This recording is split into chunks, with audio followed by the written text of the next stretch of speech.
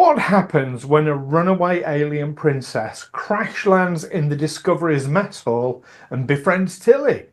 You get Runaway, the first ever short trek. But does this bite-sized Star Trek adventure add to the lore, or is it just filler?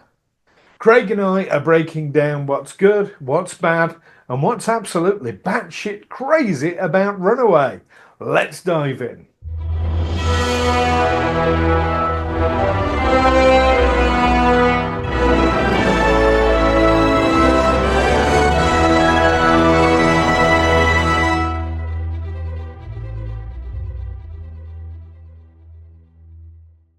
So yeah, welcome back everyone to Good, Bad and Batshit.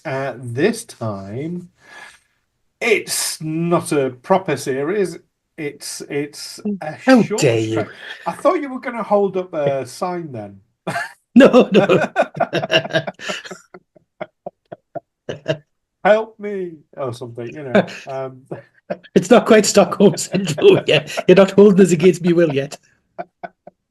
No, Wait till get we to get to very really short short treks. treks. Oh yeah, but short treks then. So I mean, I'm guessing, Greg, you watched them when they first came out. Oh, yeah. Now, see, short treks as a concept is great, and I think it is really a shame that they didn't carry on doing them past like season 2 and season 3 of Discovery. The problem that we had in the rest of the world, apart from America, with short treks, is when it was CBS All Access, they had short treks running alongside, all well and good. Mm. We had Netflix. Netflix had Discovery. Netflix did not have short treks. We did No. not get short treks till much later on. Mm. And in fact, where we are now, it's still ridiculous. So we're talking now, the end of May 2025. Short treks is now again no longer available in the UK unless you buy the DVD or Blu-ray. It was available on Paramount Plus last year for about 3 minutes, and then it's disappeared again. So if you want to see them, you've got to buy the DVD or the Blu-ray. And as clever as they were, as a lot of them link into episodes of either Discovery or Foreshadow Strange New Worlds, or even the last episode is a link up to Picard. And now also Picard was on Amazon Prime for the rest of the world apart from America. So your Children of Mars episode, if that turned up on Netflix in the UK for a show that's on Amazon, Promoting. Yeah, yes. but also in the fact that they're not that much available. I mean, Runaway, we're going to talk about this. This links up very importantly to the end of season 2 Mm.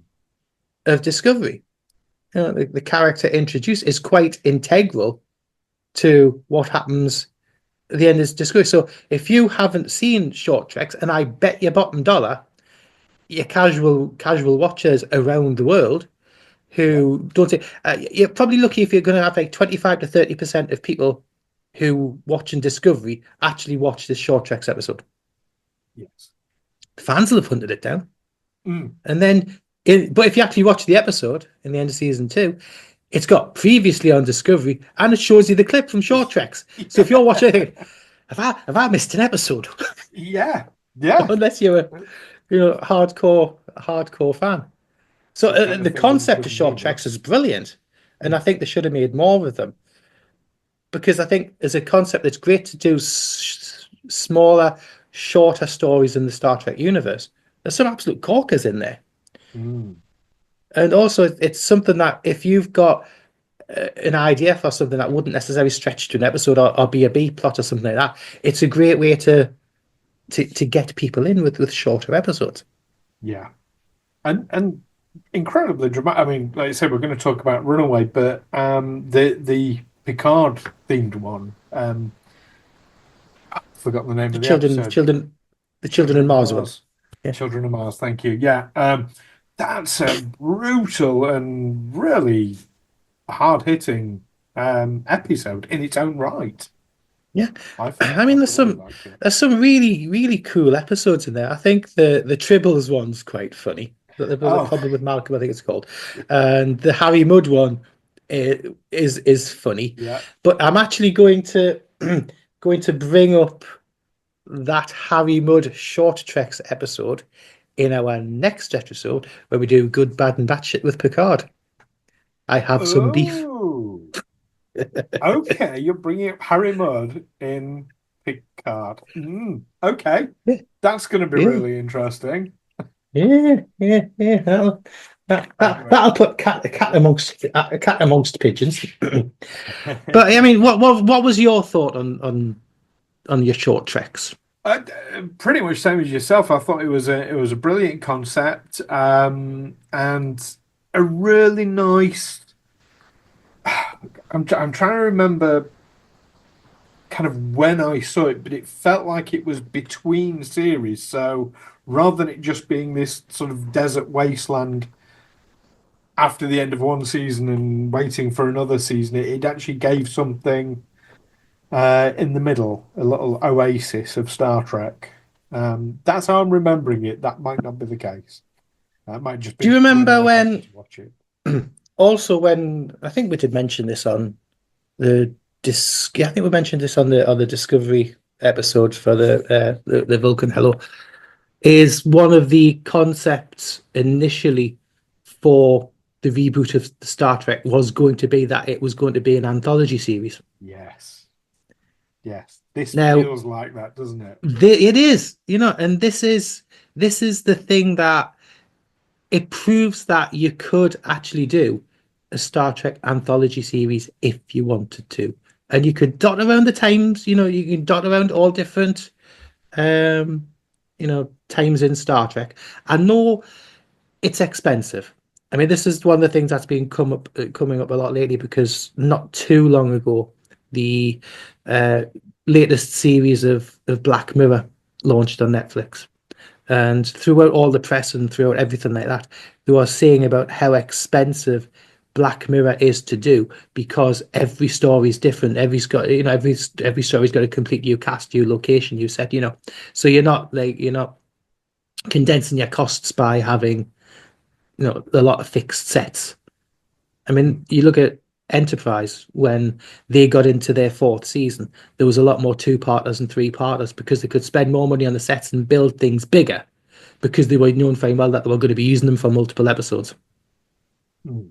So I think this is possibly one of the reasons. But now with the technology that Lucasfilm are using, and they're also using it in Strange New Worlds and Trek as well, the volume with um, the artificial sets, but using rather than green screen, they're actually there and physically for this. It can be done. In Doctor Who's using that kind of tech now as well. Mm. But bring back short treks, I say. Absolutely, absolutely. Okay, so as ever, we do get a synopsis from you for the A really bad one, we're generally. talking about. Generally, yeah. And because this is a very short track, I was tempted because this is about a tenth of the length of episode that we normally get. I was going to say a 6-second synopsis, but I'm not that mean. So you're going to get a 30 seconds to talk about a 5-minute episode. That's pretty good. It's not 5 minutes though. This one's about is it 15 to 18 minutes? The first Is it as long as season, that? yeah, the first season are longer episodes. Then in the second season they're down to like 8 or 6 minutes, but the first season they're longer. Right. So they are longer short treks. You're still the medium tracks. Right. Well, you're getting a 30-second synopsis, and your time starts now. As a shift ends in cargo bay aboard Discovery, the bay undergoes a standard decontamination, but moments after the crew exits the bay, some organic life form begins to escape from one of the cargo modules, an invisible life form. In her quarters, Tilly speaks about a command training program with her mum, who's just not listening to her. She's very dismissive of the young ensign's abilities, and she thinks Tilly will just run away from the program, which we know doesn't happen. Tilly sits alone with some coffee in the mess That's hall. 30 seconds. What? Is that it? That's it, 30 seconds. Uh, She hasn't even met Poe. she hasn't even met Paul yet. It was good. It was really detailed. I was in there. I was engaged. Yeah. But yeah, she hasn't met Poe. Basically, it's an episode about the love of ice cream. That'll do. Yes. And now her mum doesn't listen. Yeah. Oh damn it! No, that was very good. But I feel confident that our viewers watching this will have seen Runaway. If you haven't, go and watch it, then come back. To be fair, you really kind of need to have seen it to understand the end of season 2 with Discovery, with the fight against Control. Yes, and who Poe is and all of that. Otherwise, it would have been a massive Chekhov's gun by. Yeah, Chekhov's phaser. We're calling it Chekhov's phaser. Chekhov's phaser, yeah. Right, so on to what we're here for, which is the good, the bad, and the batshit. So starting with the good, what's your first thing? I think it is a cracking little story. Mm-hmm. I think that because of where Poe comes from and the whole histrionics of it, the fact that, she's leader of the world now, she's running away to get it. This could have made for an absolutely just really good political, traditional Star Trek story. Mm. It was a bit wasted, the fact that somebody is, running away from the position, a very important position. It's a good moral story, and it's a good, finding yourself story. Everything could have played out quite similar to what it was, but it could have easily been expanded into a full episode, and that would have fit in even better to the resolution that how Poe is needed for season 2, for the end of season 2, Fight and Control. But I think it's a cracking little episode, absolutely cracking little episode. Yeah, that I certainly agree with you on that. And that actually, when you put it like that, makes me wonder if this wasn't originally planned to be an episode, but they had to cut some episodes because of, there's only so many they can do. But it's a traditional Star Trek bottle show that it could have been. Yeah. With the Federation possibly sitting on the sidelines. Oh, we can't interfere with this culture. Oh, but they're walking. Oh, they've got this. It could have been almost Discovery's like Measure of a Man kind of, or Drumhead, not necessarily a courtroom thing, but the whole morals of interfering in a civilization's politics, but also the young girl's story, and still have the whole Tilly thing and everything. Yeah, it would have been. I kid you not, if the writers had done their due diligence on it, it would have been a Star Trek classic. The trouble is when you get like when you sit in the writers' room at the beginning of a season, you'll get like maybe. So we had 18 episodes in season 2, didn't we, or something like that. They'd have had like 30, 35 different episode ideas. You've got to call some of them. So I can see why this one, maybe they reluctantly called it, but said but we need to introduce that character. So Short Treks was a really good answer. I don't know. I'm purely speculating, but that's a really good one. My first one is Mary Wiseman herself. Obviously a big fan favourite is Tilly right from the word go with Discovery. Well, not from the first episodes, obviously, because she wasn't in them, because Discovery wasn't in the first episodes of Discovery. But Mary Wiseman, it's interesting. You get a lot of, as we know, there's a lot of neurodivergent people who enjoy Star Trek, and therefore relate very heavily when we get either neurodivergent characters or characters that are coded neurodivergent, like Spock, Data, Barclay to a certain degree sometimes, that Dwight Schultz can get in a volcano near. But Mary Wise, well, Tilly is definitely sort of at least coded that way. I'm being very careful how I put things. It doesn't show. Don't want to offend anybody. But yeah, I think it's fair. I think everybody knows where our hearts are with it, and I seriously don't think we're going to offend anybody. Which is great. And if we do, just come and kick us. I don't mind. Yeah. But yeah, Mary White, I mean, just showing her absolute acting chops in this episode. And really, yeah, bringing her A game. Does a fantastic job. That's my first good. What's your second? My second is the character of Poe. And building on what was said there, I think she would have been an interesting addition to the crew for a period of time in that season.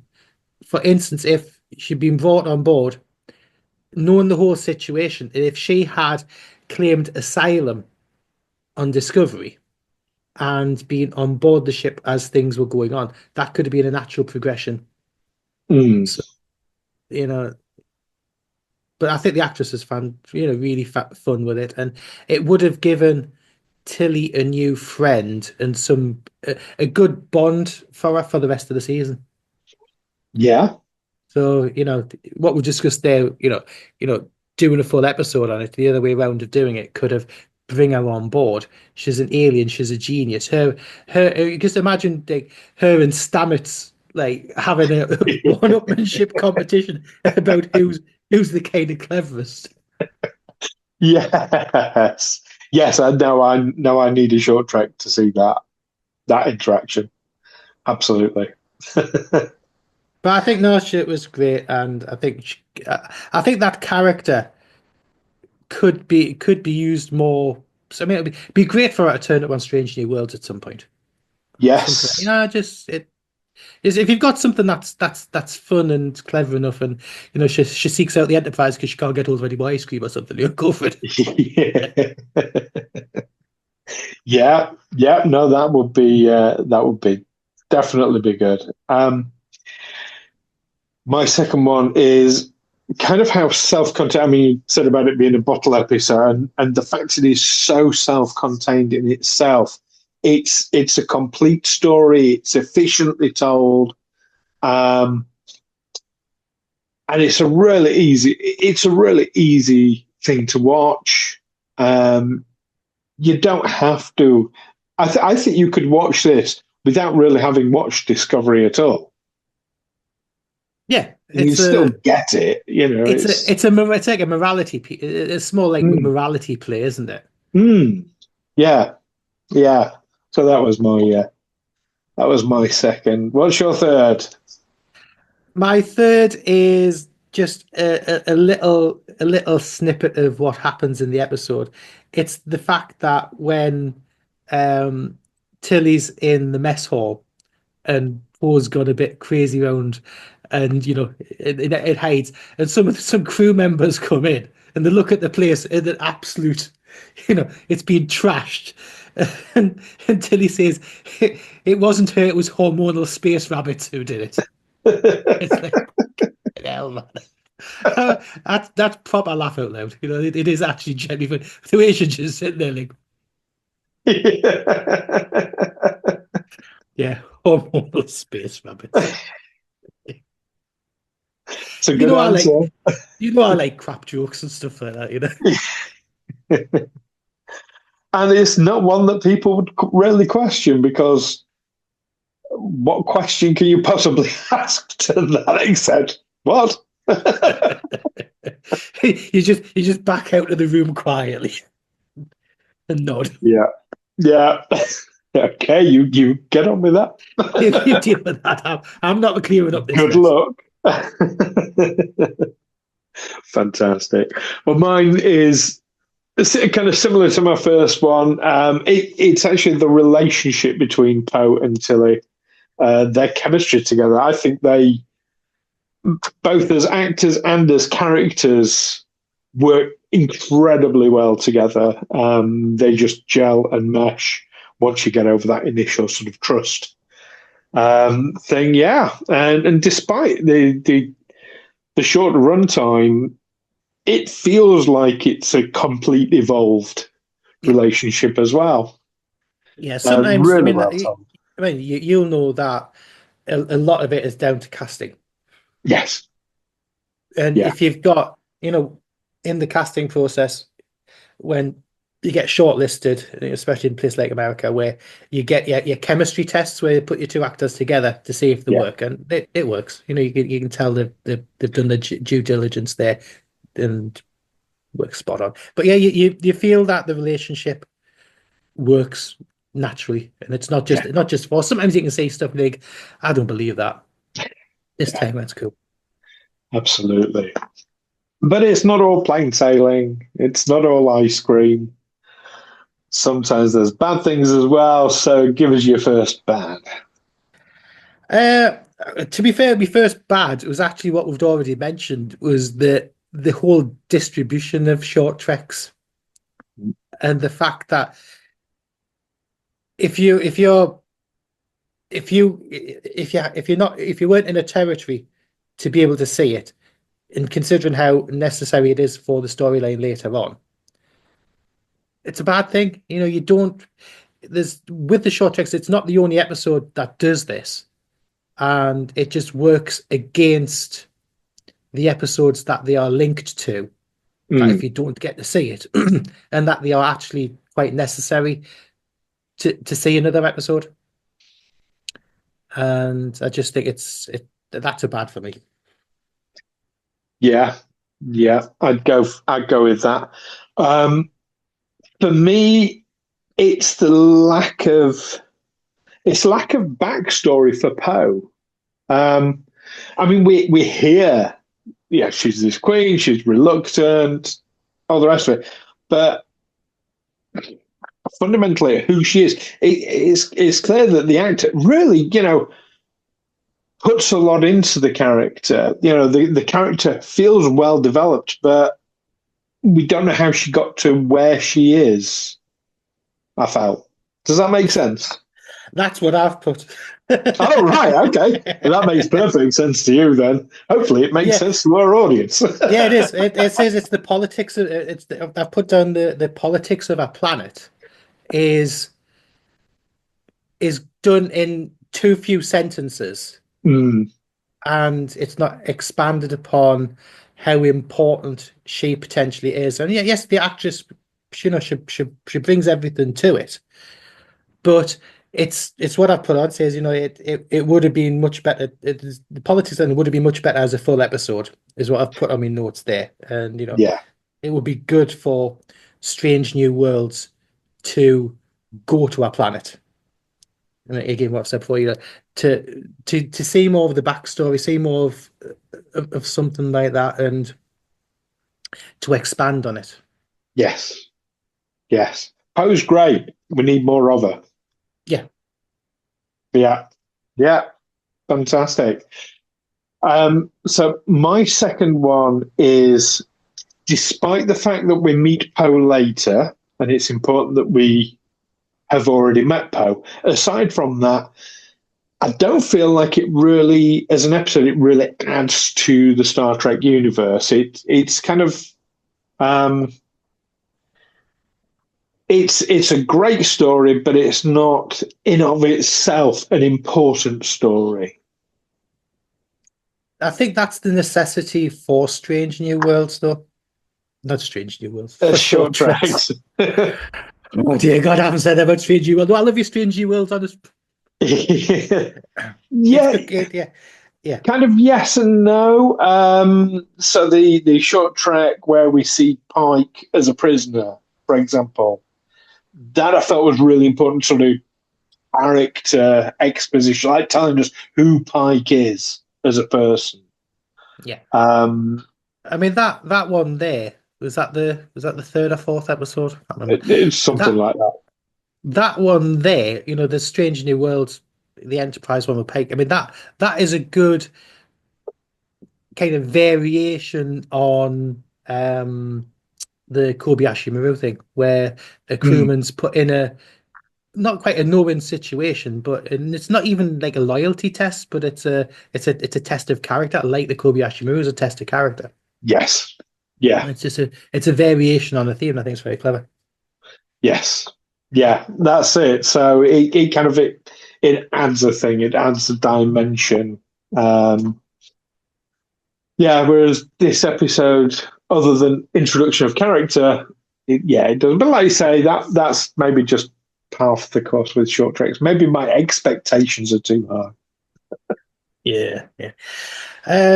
Okay. My final one so this is the third one, isn't it?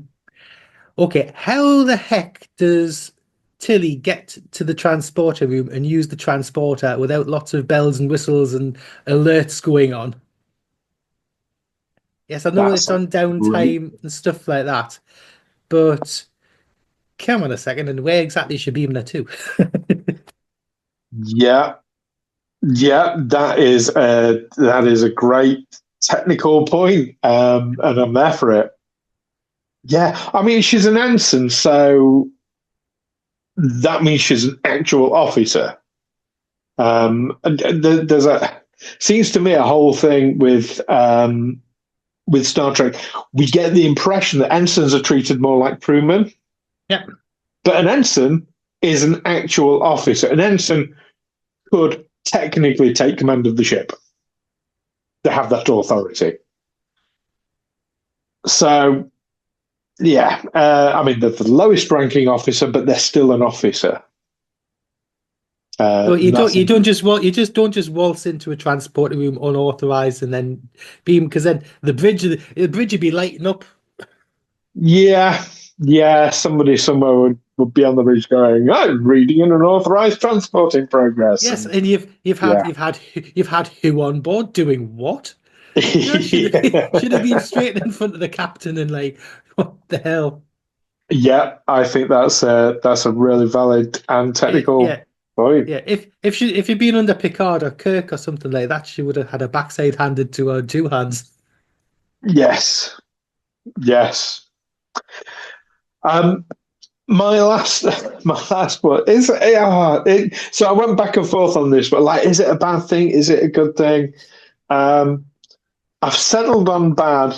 I'm gonna completely confess here, just so that I had a third bad. But the plot is very, very straightforward. It's a very simple story. There's not a great deal of complexity to it that we normally get from character episodes. What, 15 minutes, and it's got to get from A to B without going via C. I feel quite dirty saying it, so yeah. Dirty. But I would have liked more complexity. I would have liked more depth. I mean, basically, like I say, these are great characters. Would you have liked it to have been would you have liked it to have been a full episode by any chance? Funnily enough. Yeah, I suppose, do you know what? When you put it through that filter, yes, it's the same as you. It should have been a full episode. There we go. Yeah. See, we agree. There we go. Yeah. Okay, let's move on to what was weird and wild about it, though. And Batshit crazy. Okie dokie. Cast your minds back to, if you're in America, 1986, or in the UK, 1987. There's a certain film called The Voyage Home. Yes. And there is a certain vehicle called a bird of prey. Yes. And the problem with the bird of prey in The Voyage Home, when it gets to Earth, is that the lithium crystals are decrystallizing.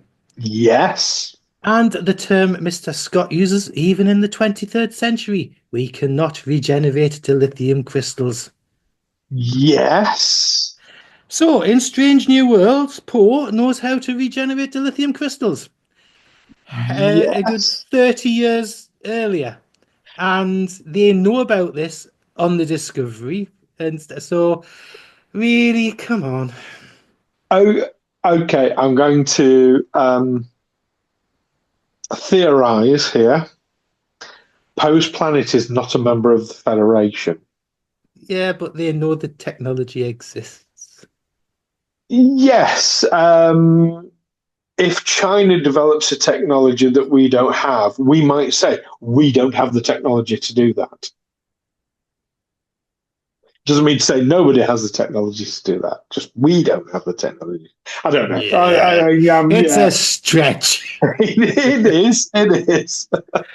File this alongside the transwarp beaming, and Oh God, yeah. that kind of rubbish. Well, that's an interesting one. So my first batshit one is, do you remember there was this movie called The Voyage Home? Okay, And then. in it, there was a bird of prey. And one of the things a bird of prey could do is cloak. Poe has the same ability. She can turn invisible at will, and that ability is never ever explained, and we hardly ever see it again. That's a big a BFD, if you will, a big Yeah, flipping deal. Yeah, that was my number 3. Okay. Yeah, what I'd put on, I think you're completely right. But my question was it a natural ability, or was it a technology? Oh, that's a good question. That was my thing, because I thought this is why I put it in the bat thing rather than a bad Mm, thing, because yeah. I'd initially had it in my bads, but I thought, no, if it is a natural ability of this species that they can do this, Mm. that brings a lot more onto how interesting that species could be. Yeah, absolutely. I just assumed it was a natural ability because I think that's the way it's sort of sold to us. Yeah. Although, yeah, I can't. Yeah, it's not explicit at all. And again, Yeah. this is one of the other reasons that I think a Strange New Worlds episode on their planet, their civilization, stuff like that could be really interesting to delve into an advanced civilization. Mm. That's got really good technological advancements and natural cloaking ability. Not necessarily to be a member of the Federation, but to be an allied world. Yeah, it's interesting. Yeah, yeah, totally is. Okay, well, I'll move on to my second one then, as I've stolen your thunder for that one. um, and it's not dissimilar in the whole, like, this is a really interesting species. Poe just casually drops into conversation how she's invented a way to cool down her entire planet, and it barely gets an acknowledgement. It's the same with your lithium Because it's crystals, 15 minutes. visible. Yeah, there's something. Yeah, yeah. We get, I suppose, really, we get quite a lot of information about this species, but it's not enough. We need to know more and why, and that's a really big deal, and It is, because something we could do with knowing right here and right now. yeah. I mean, if you think about it, how many species do you get this much information in this, but for such a short thing? This species is almost thought out more than species that have multi-episode arcs. Yeah. And there's more to it. Can we just Yes. have it, please? Yes, exactly. But I do feel Poe, if Poe can come here and share that information with Ed Miliband, that'd be great. Oh, quick explainer for our American viewers, because I've just realised Ed Miliband is a British politician who has been tasked with fixing climate change. With 2 planks of wood and a nail. Exactly. And a rubber band. Oh no, they can't have rubber because of the deforestation. Oh, of course. But the planks of wood are okay. It's from a sustainable forest. Let's hope so. Oh, crikey! Right, what's your last weird one? So, when at the end of the denouement, which is when they go to the transporter to Doom, is she cloaked when she's walking down the corridors? And where's the rest of the crew? I know it might be night shift, but ships run 24 hours a day. And when you see any genuine shots of Discovery when people are walking and talking and all that, you're going to have the same amount of people on shifts because ships they're down to 8-hour shifts, aren't they? And you've got Yeah. 3 shifts. You've got 3 shifts on it. I think so. Each shift has its own crew and has its own time. So it's not a case of like between midnight and 3 o'clock in the morning, there's nobody around. Mm-hmm. So it's Tilly walking along, talking to something invisible when the rest of the crew are going past. Going, the flips going on. Yeah. I've got something extremely similar for mine. Yeah. How does she sort of get into the transporter room without anybody noticing? Yeah. Just because you've got internal sensors going on, and surely they would have detected some strange anomaly. Because I don't know. Unless there's something about her chameleonic abilities that, yeah, we need more information. Yeah. Yeah. I'll call that one a match. Ah, yes, but really, really good. Really enjoyed it, and like you said earlier, we need more short tracks. We do, and I think I would love a Star Trek anthology series.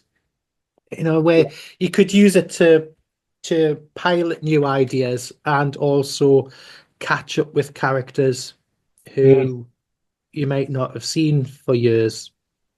Just something where again, they don't have to be expensive. Fan films, as much as whether you like them or hate them, some of them have got some great aesthetics and some great ideas with really, really awful acting. Yeah. And I think there is potential because the Star Trek universe is so big and wide. You can do something, and you can do something nowadays on a shoestring budget and still make it look $1 billion. Mm, yes. Maybe a short track. What's Maress up to at the time of Strange New Worlds? I'd be down for that. I'd be down for that. Indeed. Well, there we go, viewers. That's our mission report on the good, bad, and batshit of Runaway. If you enjoyed this Deep Space debrief, then engage your impulse to like and share with your fellow Trekkies and fire off your reactions in the comments below. What did you think was the best, the worst, and the outright craziest moments of this short trek? Don't forget to subscribe and hit the bell so you never miss our next review as we chart new Star Trek territory. Until then, peace and long life. And live long and prosper, guys. Have fun.